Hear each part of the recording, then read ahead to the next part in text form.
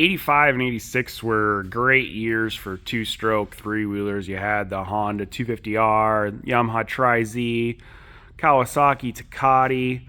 But did you know that there was another manufacturer, one of the major manufacturers, that also made a 250 two-stroke three-wheeler, and that was Polaris. From 85 and 86, there was the Polaris Scrambler. This is a 250 two-stroke. It is fully automatic. It's got a CVT transmission. It is a 250 two-stroke, but it's obviously not on the same level as the other race bikes. This one was definitely meant to be more of a utility, you know, be more of a comparison to like a Big Red or say like this 250 SX right here. But these things are really unique. They were only made 2 years. I've heard it was about 1,200 or so that were made. I don't know that for sure. But they're fully automatic, electric start, pull start, oil injection on it, forward and reverse, which was kind of unusual for most of the ones in this year range. This one was kind of unique where it's got factory speedometer on it still. Shows about 2,000 miles on it. It also had this oversized front rack as well. So these were kind of unique in the sense that it was Polaris engine. So like I said, it's basically the exact same motor that was in the later Trail Bosses and Trailblazers and stuff. This front end though is basically all Yamaha. The whole forks, suspension and everything, even like the hand or all the controls up here, you kind of see like the control there. It's identical to the Yamaha one. I've been told that the front headlight was actually from a Blaster before they actually were produced. You know, the other things like the key switch and choke and then even like the throttle, all very similar to the Yamaha stuff. I've also been told that the rear axle is the same out of a 84 and 85 Takati. So yeah, this one I did a little trade-in to get. I kind of stole it from another collector. He had a couple of these and kind of been on the lookout for one of these for a while. When I got it in, it was actually missing these emblems right here. These things always pop off. So I had a friend that works at Polaris. I had him pull up the original print for this thing, and then I had it 3D printed. So this is just a 3D print material, and then installed that back in on both sides. This is what it looked like when I first got it in, when it was missing the emblems.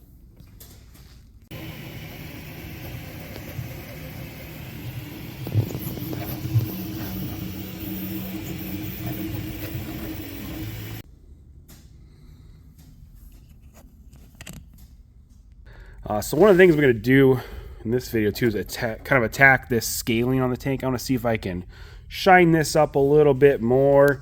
And I think maybe we'll detail this thing up and then maybe do a little drag race or something with this 250SX.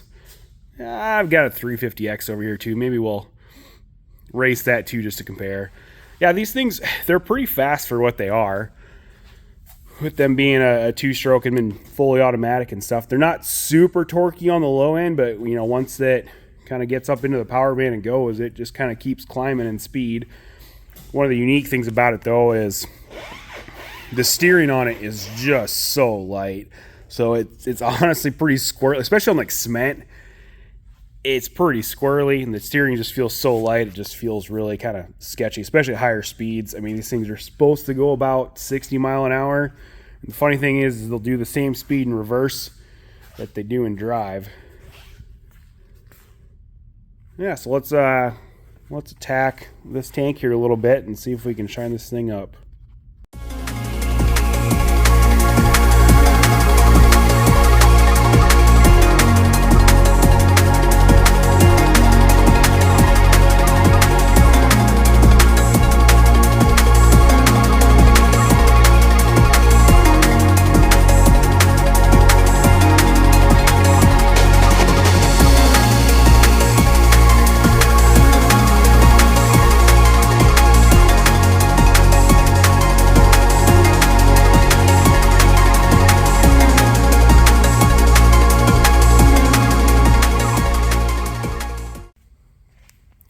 Well, I think this turned out pretty well.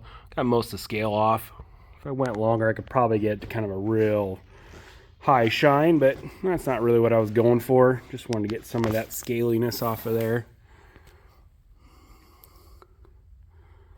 I think these originally were kind of the same midnight blue color that the plastics were, but over time they kind of brown out.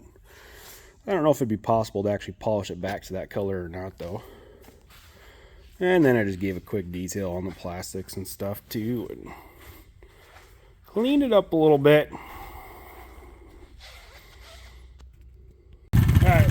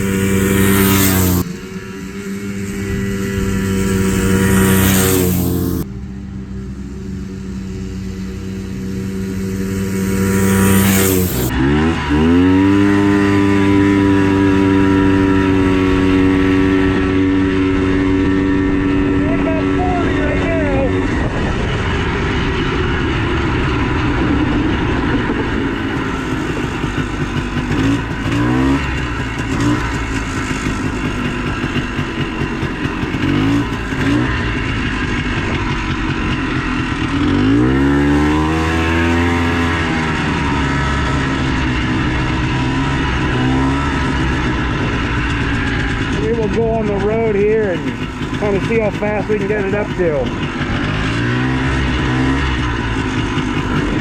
It's definitely sketchy.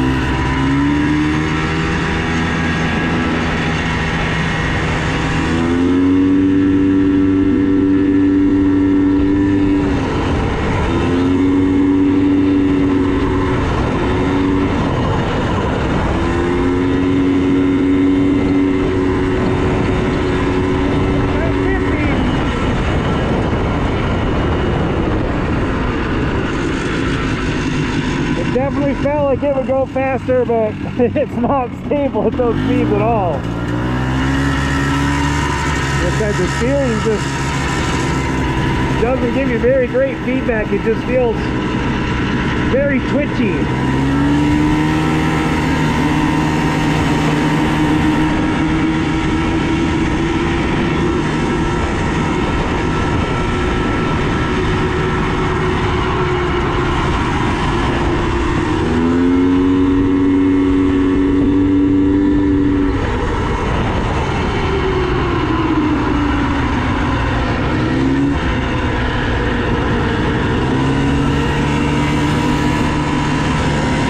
With the wide front tire on it, maybe if we had a narrower front tire, it'd feel a little bit more stable.